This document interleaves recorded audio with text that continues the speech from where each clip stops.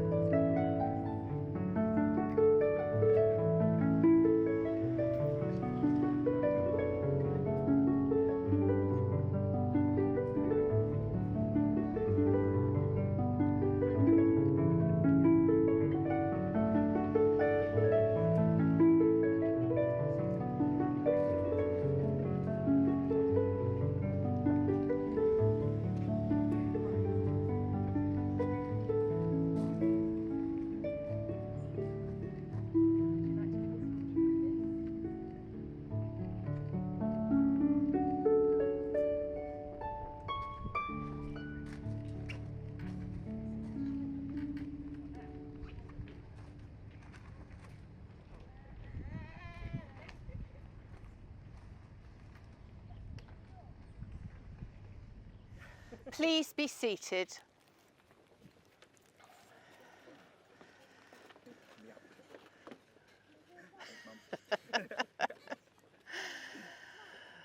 Today, surrounded by family and friends, we gather at Ampfield Golf and Country Club to witness and celebrate something truly special, the marriage of Mark and Celeste.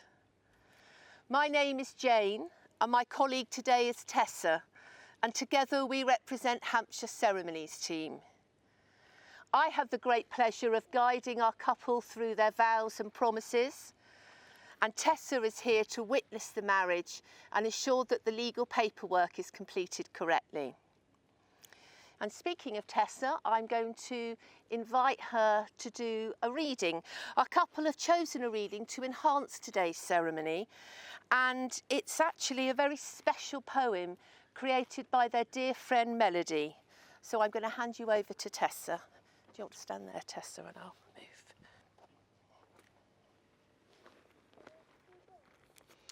How I see your love. Two beautiful souls standing before us here today. Love flowing around you, so elated you found your way. Such a journey for both, nearly 5 years of pure bliss. It was love at first remembrance, life's time together before this. The first kiss was a promise for everything to come. That gentle touch, the knowing, coming home had just begun. When everything makes sense, when things are meant to be, finally finding where you belong, uniting your energy. As a friend, I couldn't be happier, your paths are crossed at last, forgetting all the sadness and the worries from your past. Destiny unfolded, having the same beautiful eyes, so blue. The windows of your souls, these eyes meant just for you. So the once upon a time had become the fairy tale of love. Always know your fusion was sent from heaven above. It was a nod from your ancestors, harp like angel voices soared. Your beating hearts together, the vibrations struck a chord. Think of all your loved ones past and all reserving those empty chairs. They are never far away and will forever hear your prayers. Your families blend so effortlessly. This was written in the stars above. Giving a mention to your parents as they taught you how to love. Soulmates forever and always so dear, precious, beautiful children to always hold near. As you journey through life, making memories as you go, may it be as calm as the river as the gentle rivers flow. Be always the first one you wake up to and the last kiss goodnight. Your beating hearts will now rejoice, grow wings and take flight. You are an enchanted couple, so divine that all can see. As you sign today in the knowledge you're creating the greatest love story.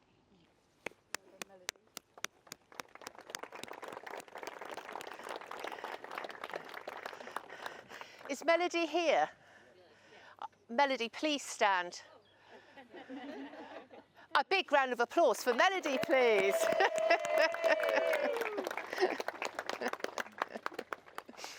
Wonderful. Well, before we begin, I must ask you both to state your full names. So, Mark, your full name, please. This is Mark Graham Godden. Thank you very much. And Celeste, your full name, please. Celeste Tina Hamilton Parker. It's always such a relief to registrars to know we've got the right people in the right place. And actually, now you've been introduced, would you like to hold hands? It's better. Well, their love story began in the most unexpected of places, a dating app. In the middle of a global pandemic. Neither of them expected to find love there, let alone the person that they would one day marry. But sometimes love does find you in the most unlikely of moments. A single swipe from a connection, and from that spark, something beautiful began to grow. However, for months they couldn't meet. The world had paused, but their connection did not. They spoke every day from November to March, slowly getting to know each other. Not through grand gestures or fancy dates, but through real conversation and shared laughter in a world that had gone quiet. When they finally met for the first time, it was in 100-acre woods. A short distance walk, a very nervous Mark, and a hopeful Celeste. Their early dates were simple, walks, talks and time. But through these moments, trust was built, friendship deepened, and love quietly settled. We'll be continuing the next chapter of their love story later in the ceremony after we have met some of our legal requirements. So, it is my duty to inform you that the place in which you are now met has been duly sanctioned according to the law for the celebration of marriages. Family and friends, you are all here to witness the joining in matrimony of Mark and Celeste. If any person knows of any lawful impediment to this marriage, they should declare it now. Is that long enough, Mark? Yeah, I think so. Yeah. Move along. Mark will be very relieved to hear, as no lawful impediment has been registered, this marriage may proceed. Before you're joined in matrimony, I must remind you of the solemn and binding character of the vows you are about to make. Marriage in this country means the union of two people, voluntarily entered into for life, to the exclusion of all others. But now I think it's time to continue Mark and Celeste's story. So, next came a family cruise, a time to relax, a time to make memories, and for Mark, a time to plan. With a ring safely tucked away and a heart full of hope, he waited for the right moment. On Eagle Beach in Aruba, with the sun glistening on the clear blue sea and soft white sand between their toes, Mark asked Celeste to be his forever. He took her to a quiet spot on the beach where she was running up and down to a GoPro before he got down on one knee and she said yes. Well, today is a celebration of that yes, of choosing each other, of loving through the most unusual beginnings, and of making the most of every moment that life offers. Mark and Celeste have chosen to marry now, not to delay or wait for the perfect timing, but because love, real love, is something you hold on to, now and always. But fittingly, they'll return to where it all began, to Eagle Beach in Aruba on New Year's Eve, to continue the celebration of their forever and their honeymoon. However, before we can happen, we do need to get this lovely couple legally married. So, the first part is them saying that they are both free to marry. Mark, please repeat after me. I declare. I declare. That I know. That I know. Of no legal reason. Of no legal reason. Why I, Mark Graham Godden. Why I, Mark Graham Godden. May not be joined in marriage. May not be joined in marriage. To Celeste Tina Hamilton Parker. To Celeste Tina Hamilton Parker. Okay, Celeste, your turn. No pressure. I declare. I declare. That I know. That I know. Of no legal reason. Of no legal reason. Why I, Celeste Tina Hamilton Parker. Why I, Celeste Tina Hamilton Parker. May not be joined in marriage. May not be joined in marriage. To Mark Graham Godden. To Mark Graham Godden. Well done. Well, you've invited your family and friends here today to witness your marriage. So I'm going to ask you now, in their presence, to respond with the words, I do, to the following questions. Would you like to turn and face each other? Mark, do you wish to be joined in marriage to Celeste, promising to love her and remain true to her for the rest of her life? I do. Celeste, do you wish to be joined in marriage to Mark, promising to love him and remain true to him for the rest of his life? I do. Well, now the moment has come for our couple to contract their marriage. As many of you will know, marriage is a verbal contract between two people. It's nothing to do with rings or signing a piece of paper. So when our couple have said these words to each other, they will be legally married. You're stood in the perfect position, so Mark, please repeat after me. Daddy. I call upon. I call upon. These persons here present. These persons here present. To witness that I. To witness that I. Mark Graham Godden. Mark Graham Godden. Do take thee. Do take thee. Celeste Tina Hamilton Parker. Celeste Tina Hamilton Parker. To be my lawful wedded wife. To be my lawful wedded wife. Celeste, your turn. I call upon. I call upon these persons here present these persons here present to witness that I, to witness that I, Celeste Tina Hamilton Parker, Celeste Tina Hamilton Parker, do take thee, to take thee, Mark Graham Godden, Mark Graham Godden, to be my lawful wedded husband. to be my lawful wedded husband. And you are now officially married. Can we have a huge round of applause, please?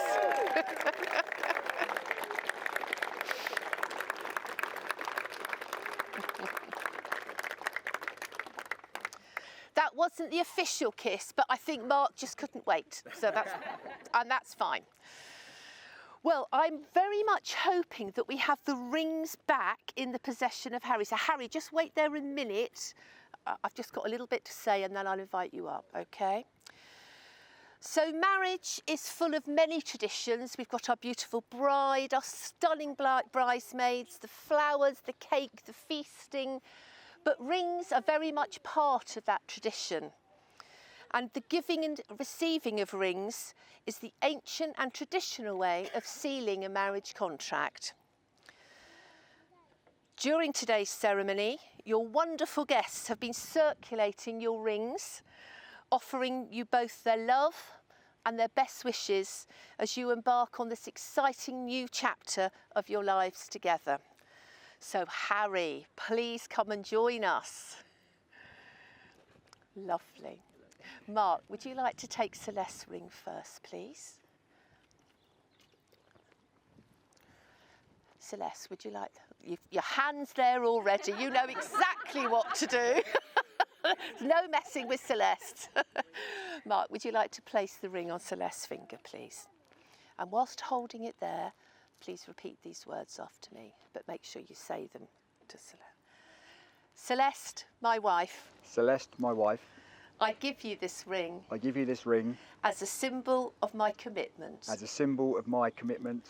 I promise to love and cherish you I promise to love and cherish you for all that you are for all that you are and all that you become. and all that you become. Lovely, to push it all the way.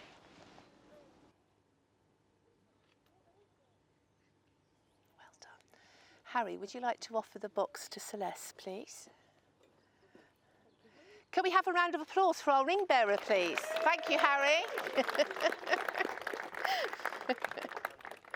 Beautifully done. Celeste, would you like to place the ring on Mark's finger, please? Okay.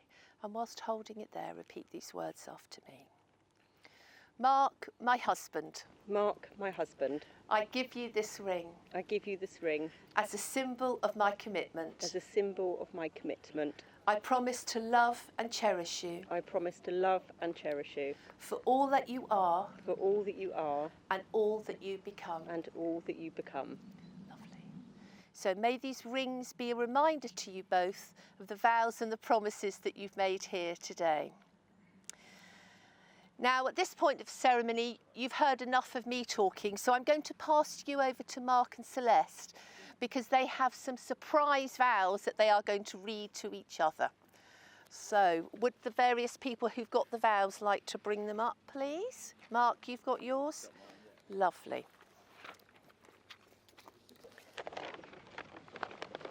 Let's go first. Take go first. Celeste, why don't you go first? Oh, Yeah, ladies first. No pressure. Go on, Celeste. Mark, today I feel like the luckiest woman in the world getting to marry you. You are kind, caring, thoughtful, funny, smart, loving, strong, and my protector. I feel safe with you, and you look after me, and you are my home. I get to spend the rest of my life with my soulmate and my best friend. You are somebody that makes me laugh, even with your bad dad jokes, and you bring me tea every day, which is a bonus.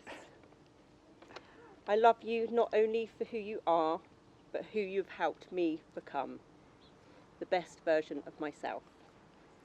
You've always been my biggest supporter, my cheerleader, my anchor, and my rock, and I promise to cherish you forever. I promise to stand by your side through every challenge, to be your strength in the hard times, and to comfort you in the storms, just as you always have done with me.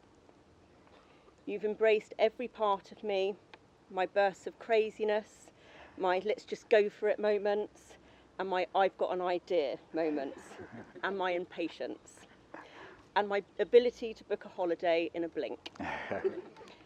You've balanced me in all the right ways, and I promise that no day will be boring. And I promise to keep you on your toes for the rest of your days. Thanks. So today, surrounded by the people who love us, I take you as my life partner. I promise to treasure what we've built, to walk beside of you through every chapter, and to be your partner in everything, your confidant, your support, and your safe place. You are my bestest friend and my soulmate that I could ever wish for, my safe place and my home. Today I give you all of my heart, my unconditional love, my trust and my forever. Becoming your wife today is one of the biggest gifts I could ever receive. I get to spend the rest of my life with you, and I will love you forever and always. That's lovely, thank you.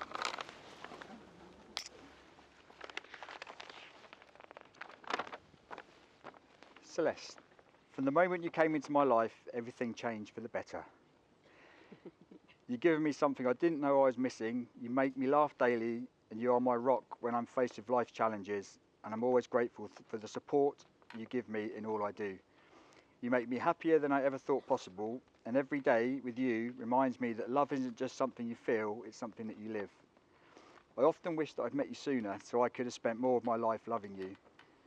But I believe we found each other at the perfect time, and now I promise you this. For the rest of my days, I will honour you, cherish you, and stand beside you in all that you do. You are my best friend, my safe place, and the love of my life.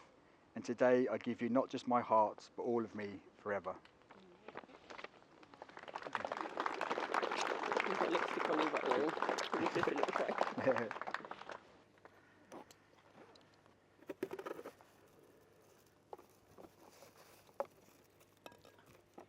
Tessa, can you just get that bit off, please? Just pull the plastic off, thank you.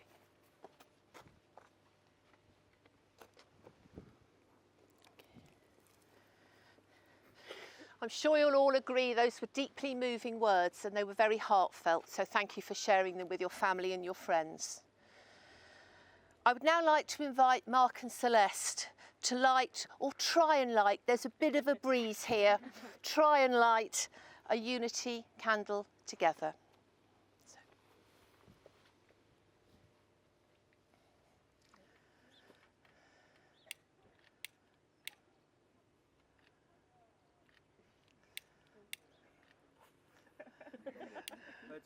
It's surprisingly breezy. Oh, there we are. Well done.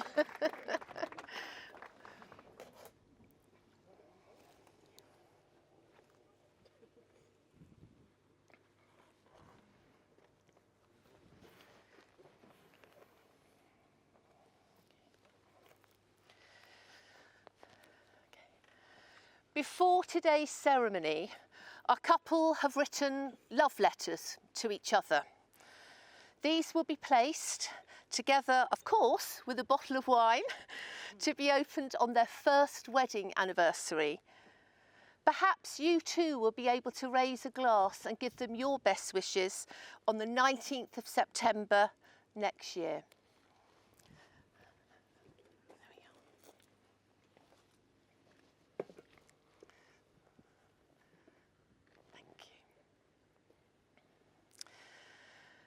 Well, in case you've been wondering, I haven't forgotten the final bit of Mark and Celeste's story.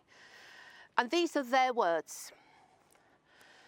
This is a love story built on patience, laughter, unexpected beginnings, and a deep respect and love. A story that reminds us all that sometimes the best things can happen when we least expect them, and that love when it's real, always finds its way. You have promised to love and care for each other. You have made the declarations required by law. So it is now my very great pleasure to announce that you are husband and wife. And Mark, you know what you need to do now.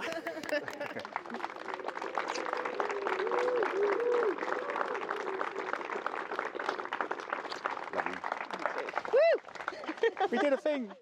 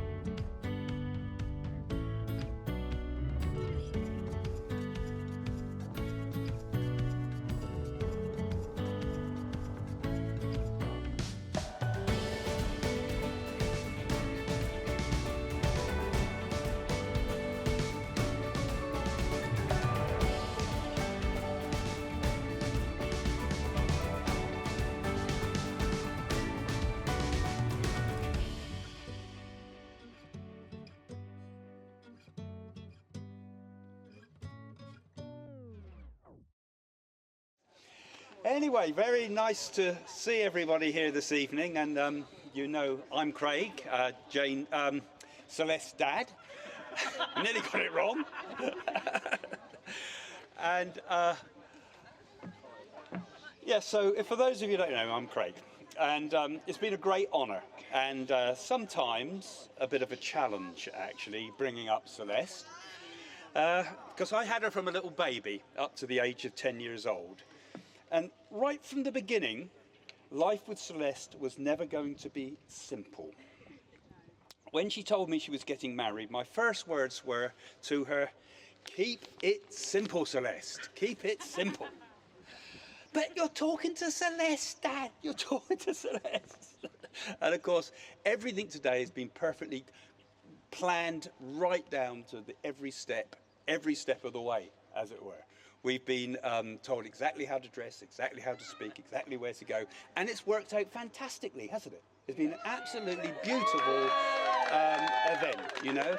It's been planned like a military campaign, really, but the military never quite managed to get quite such a beautiful sort of show as this. And it's been a wonderful afternoon, Celeste. You've done it fantastically planned. But, you know, this is very far from the way I brought her up, you know. We never did things like this. We did tend to do things in a sort of a military sort of way in many ways at home. For example, you know, as a single parent, I would cook all the meals for the month in one go, put them all on paper plates, put them all into the fridge, and we'd have microwave meals. Or we had simple sort of life with a clapped out old Morris Marina car, and I used to say to Celeste, if you go to school, tell them it's a Porsche Marina. Don't tell them it's a Marina, because I think it's awful. But all the time, Celeste had it in her soul, as it were, to be a person that wants to get everything just right, just perfect. You know, she used to love her Barbie dolls, particularly, you know. You had the Barbie house. We even had her on the front cover of a magazine with her working on her Barbie house for an insurance company selling house insurance, believe it or not. So Celeste had it there, and she wanted to plan everything right down to the last little detail. And I think it's really showing itself tonight. It's been a very beautiful event, and Celeste is very beautiful too, both on the inside and the outside today. And it's been, you know, it's been an absolutely beautiful pageant in many ways. You've got this pageantry in your blood. You also always, reminding me of again when you were a child, Celeste, you always liked the very best, particularly when it came to food.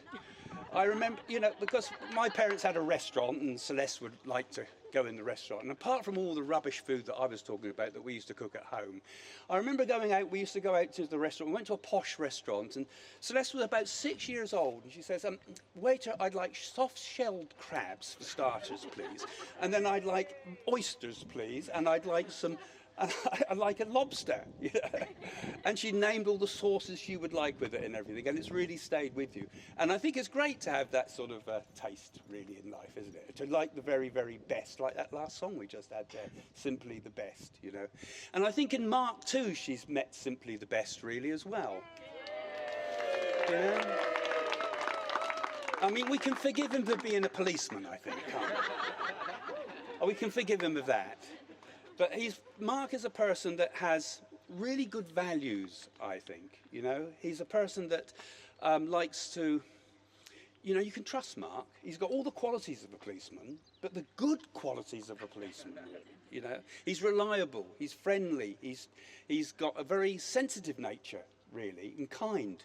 And I think all those qualities put together are going to bring together a very happy marriage, I feel. You know, those are the things you need. Because I think family things are really important in life. It's something we've all forgotten about in this world, haven't we, nowadays? Family's gone bottom of the agenda everywhere. It's all about self, self, self, me, me, me. But I know with Mark that he's got a very good family spirit, you know. His own family and the two families coming together, as it were, is a marvellous foundation for a happy marriage, I think. And I think if you have those good family values, you know, if family values work well in the home, it changes the world around you. And if we had those good family values, I think the world at large would be a happier place, wouldn't it? So I think with Mark, it's a question of, you know, Mark's come along now and he's I think, complemented Celeste. They've become the yin and the yang, really, because they're very different characters in many respects. But I think that's what complements each other, doesn't it, really? You know, it's your differences that make, it's a chalk and cheese that makes it work, as it were, you know. But it's bound together, obviously, with a common love, because that's what makes it all work.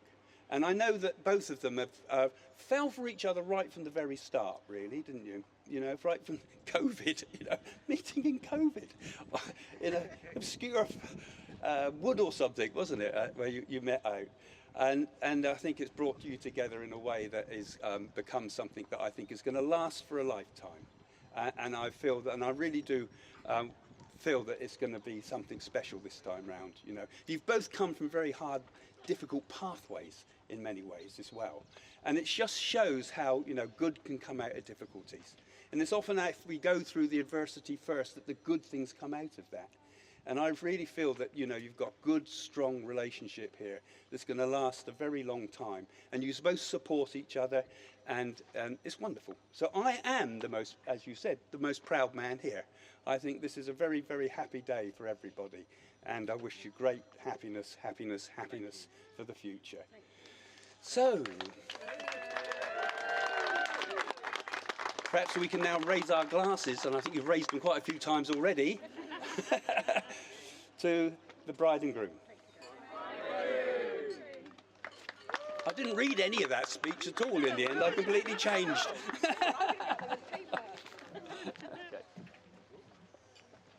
Okay, please give it up for the bride's father, Craig.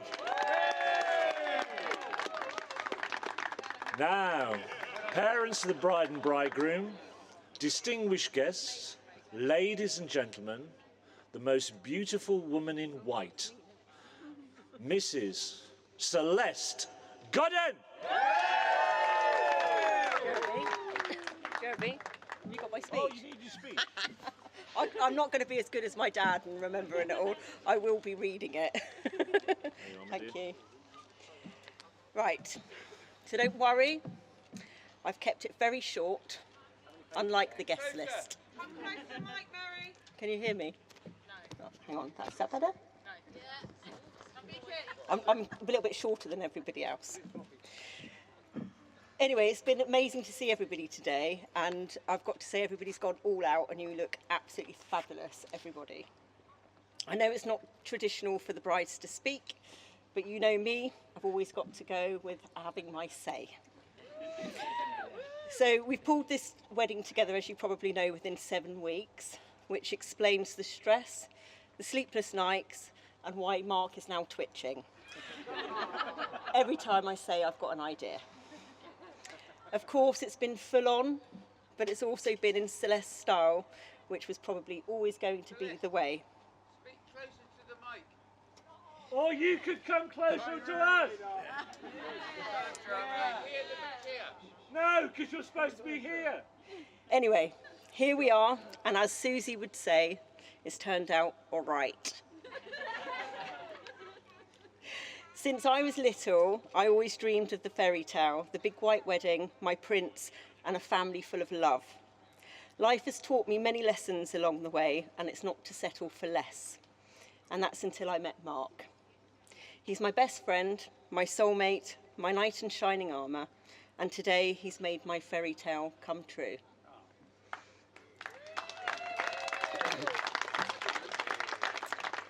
I have to say, who would have thought that I would find my fairy tale on Tinder and standing here today and getting married? A massive shout out to Lucy for persuading me to go on those dating apps in the first place. And to Melody for giving me the shove toward Mark after the 15-minute date that we had when she said, "Was that it?" Little did I know it would turn out to be the best decision of my life. But of course, Mark had to pass the ultimate test before he had the official from me, and that was my friends. After a few dates, he was introduced to the girls on a 40th birthday lunch, and let's just say he nailed it. They absolutely adored him, and why wouldn't they? They were particularly doing backflips and shouting, "He's the one." And they were right, he most certainly is and always has been. My fairy tale is also completed with my 3 beautiful children, which are Harry, and Amy, who complete the family that I've always dreamed of. Sadly, Mark's mum couldn't be here with us today, but she was an incredible woman. She was selfless, loving, and devoted to her family.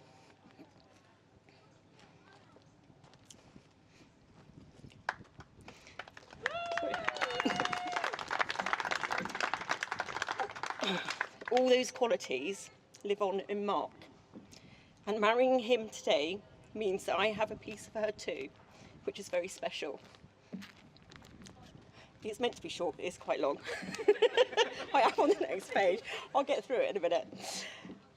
Anyway, I know Mark's doing the thank yous and all the stories, but I couldn't not mention my bridesmaids. You've been absolutely amazing all the way through, helping, supporting, laughing and propping me up when I've needed it. I couldn't have done it without you. I'd like to give a special shout out to Tracy, my jack of all trades, who's done everything from wedding planning, hair, making the cake. Honestly, that woman's got some bloody talent. And to my dear friend Susie, who's my absolute rock, my voice of reason and always keeps me sane. It's a bit debatable, but anyway. And to all my bridesmaids, you've all been honestly absolutely the best in your own ways. I've got to give a nice little special mention also to Eva, the sweet flower girl, and Elliot, the charming young gent that we've had walk us down the aisle today. I think you'll all agree they're the cutest, but they also remind me very much of Mark and me. Except Eva actually listens and Elliot doesn't argue back. I think I also deserve a round of applause for myself too. Because without me being impulsive and a perfectionist and not doing anything by halves, this wedding was always going to be big, it was always going to be bold, and it was always going to be a bit chaotic. But hey, we're here, dressed on time, and it's a miracle that I'm actually here myself.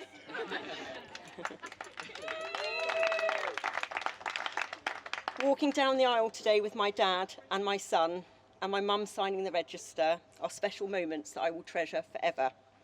And also having our 3 children play a very special part will always be very special in our hearts and something that we will never forget. Today is about Mark and me, but it's also about 2 families coming together.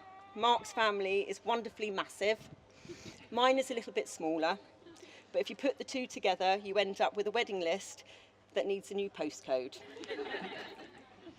So now that I've finished my short speech, let's all raise a glass to our family, our children, our friends, and most of all, to my incredible husband, Mark.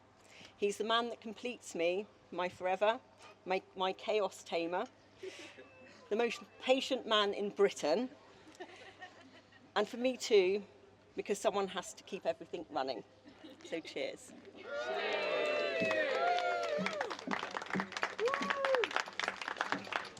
Give it up for your bride. Right. We now have the luckiest man on the guest list, Mr. Mark Godden.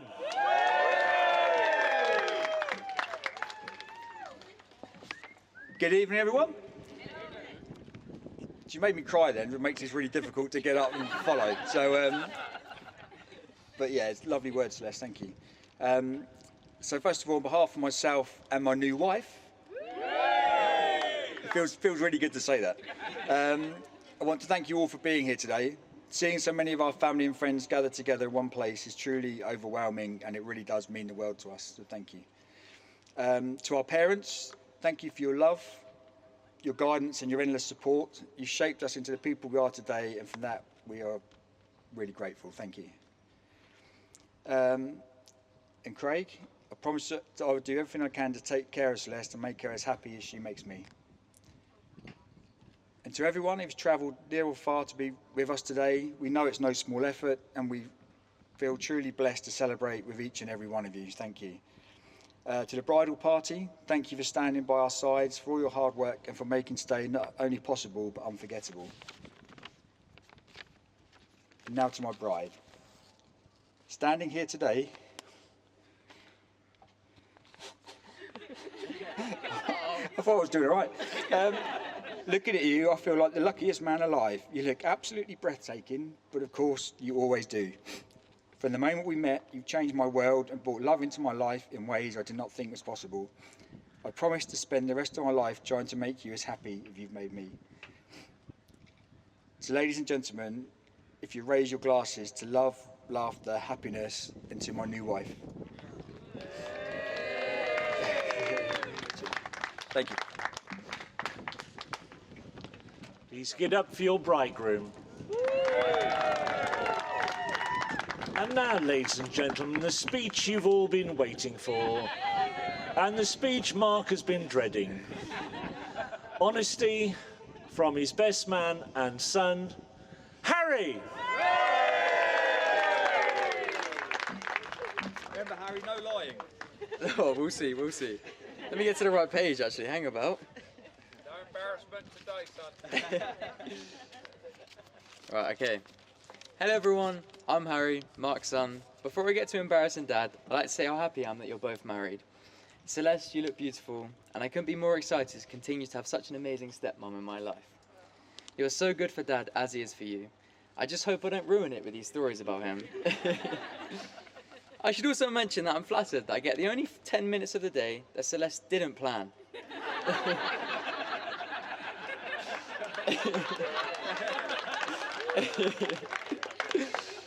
Obviously, as best man, I have the job to embarrass Dad as much as possible, with stories I've gathered from friends and family, and even ones I've experienced myself.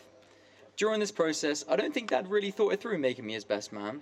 I've learned so much about him and wish I could forget already. I tried to narrow it down to a few good stories, but I was just surprised about how many I couldn't include, whether they didn't fit or they were too gross to even share. I think it's best we start all the way back to Dad's childhood, when we first hear about his bestest friend. They were inseparable growing up, always had a seat at the table and loved by the family. They even had sleepovers all the time. I believe they're here today, so can we all give a big wave at Pulley, Dad's imaginary friend?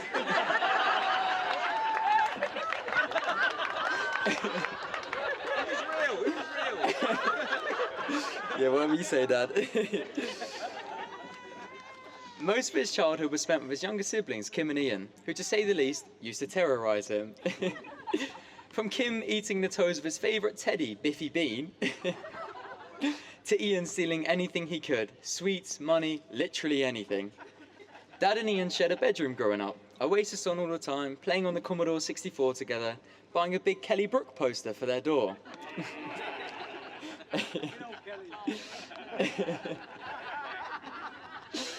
All of this seems so lovely, but as you can tell, two brothers sharing things at a young age doesn't always go to plan. Nan would often come up and see Ian in a headlock under Dad's arm. Fast forward a couple years, and Dad gets a job at the spare paper boy at the Stone Square newsagents. He worked for his best mate, John. As Dad was a spare boy, he wasn't usually required to do any paper rounds. He was trusted with running the shop for a few hours at a time on his own. Through this, he became a notorious thief, nicking food and drink to order for his mates whenever they wanted, which is obviously ironic for his career choice. I think I should mention what kind of family Celeste is getting herself wrapped into. I would warn you that the Gordons party hard, but you're already used to that. Celeste's kind of night out ends in her being so drunk she's unable to speak, and often...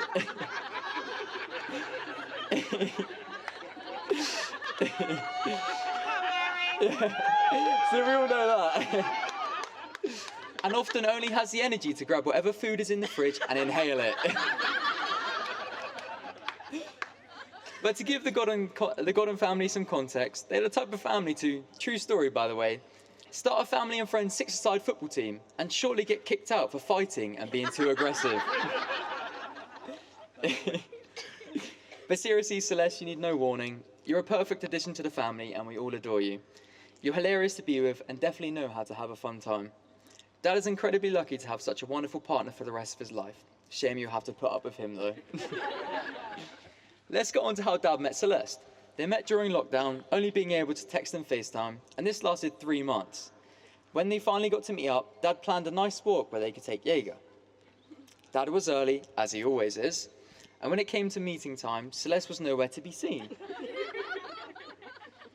45 minutes later, and Celeste arrived. This is Dad's first experience of Celeste's trouble with timings. Dad planned the route for the walk. He's the type to overplan when he's nervous. The date was going well despite his nerves. They were getting along just as they were on FaceTime and text. Until a very short while later, when Dad realised the route he planned was only 15 minutes long. Some first date that was. Despite the short date, it was very clear both were made for each other. They continued on this course, going on dates, meeting important family and friends, and going on plenty of trips away. They went to Ireland twice. Ironically, both for Aaron and Emma's wedding. The first time they showed up a whole month early, thanks to Celeste getting the date wrong. So naturally, they had no choice but to go back a second time for the actual wedding. And this is what I mean about Celeste's trouble with timing. So I think I'll change it up here. Through gathering the stories, there were some common themes. One of them being Dad having messy accidents. And most of them being recent. The first one would be Gran Canaria 95 on his first lad's holiday. Someone shit in the bidet in the shared hotel room, and everyone blamed Dad. There we go. Dad swore it wasn't him.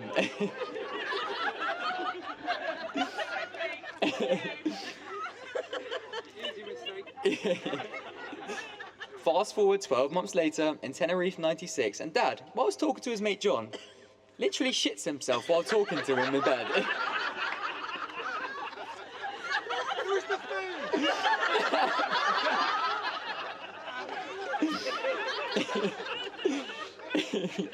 So that solved the mystery of who shit in the bidet.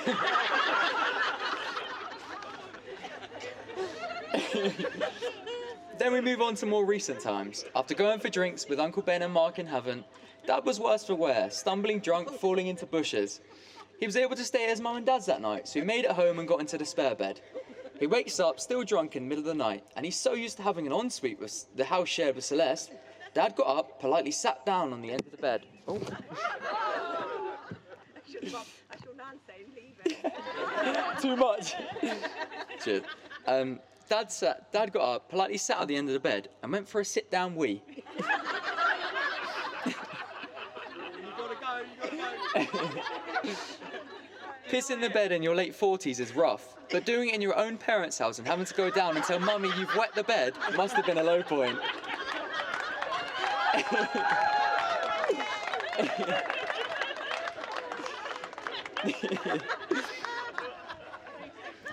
Then the most recent one, Nashville 2025 with Celeste, his dream trip she has surprised him with.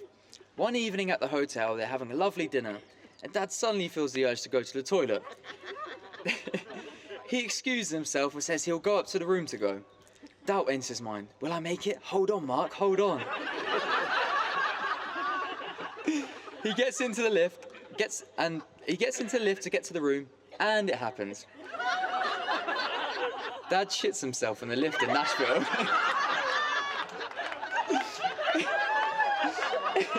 That wasn't on Facebook.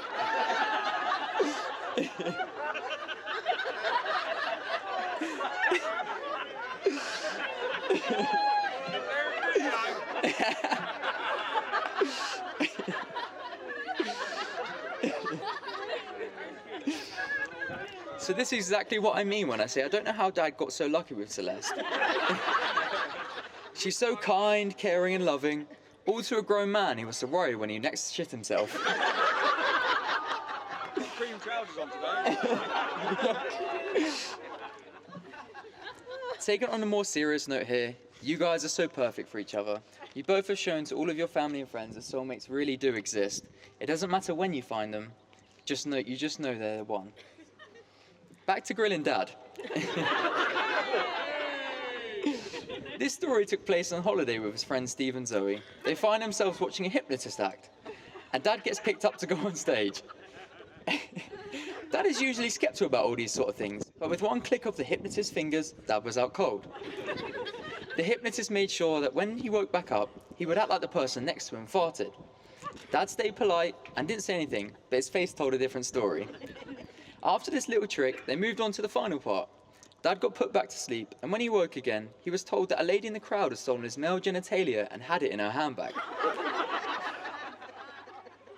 Dad immediately rushed to the crowd, scouring through different places to find it, snatching handbags, coats, anywhere it could be possibly hidden. Now the real irony here is that he was searching in tiny purses. You know, the ones that hold a lipstick.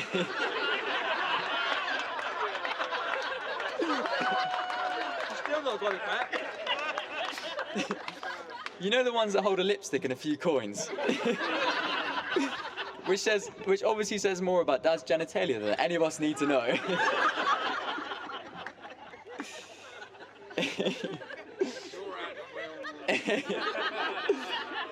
You allowing him to carry on? Oh, we got more. Dad has many notorious tales of being away with friends, most of which end up with Dad sleeping outside of his hotel room. I'll name a few times. Bournemouth with Nunez and his police mates. In Nunez fashion, he gets lost. Dad stays out late after the hotel and waits for him. Nunez's phone dies. As the good friend he is, Dad still stays up. Unfortunately, Dad locks himself out of his hotel during this. By the time Nunez got back to the hotel, he found Mark curled up outside with nothing but his lime green boxers on, shivering in the cold. Another example of this happening is when he went to Amsterdam with friends. Smitzy remembers losing Dad during the craze of the evening. They all went back to the hotel to bed and assumed Dad was fine his own way. And you guessed it, Dad was found curled up right outside the hotel room. So close, Dad.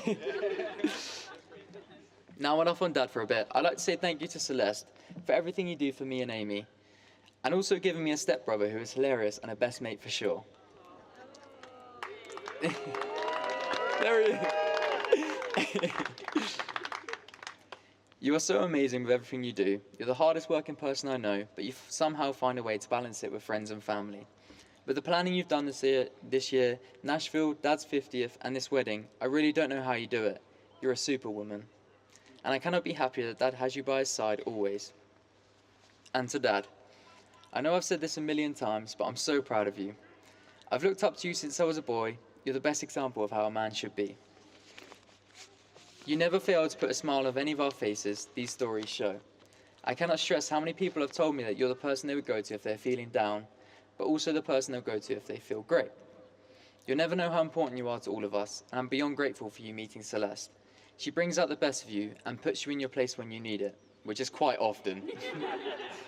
But I can tell you found your best mate, someone to do everything with and is passionate about anything you are passionate about too. As you can probably tell,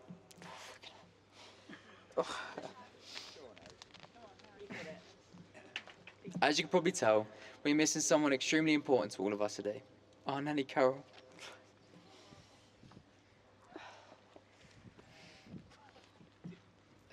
She wanted nothing more than to be here with you today, Dad and Celeste. You got me. Sorry. You got it. You got it.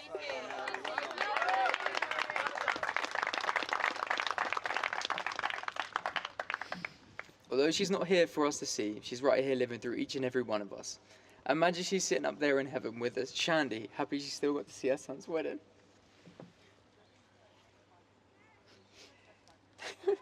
Sorry, guys.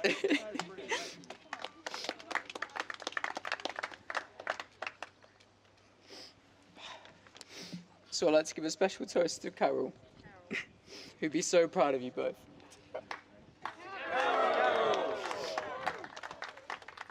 And finally, congratulations to you both. We all love you so much. And one more toast to Mr. and Mrs. Godden. Thank you so much.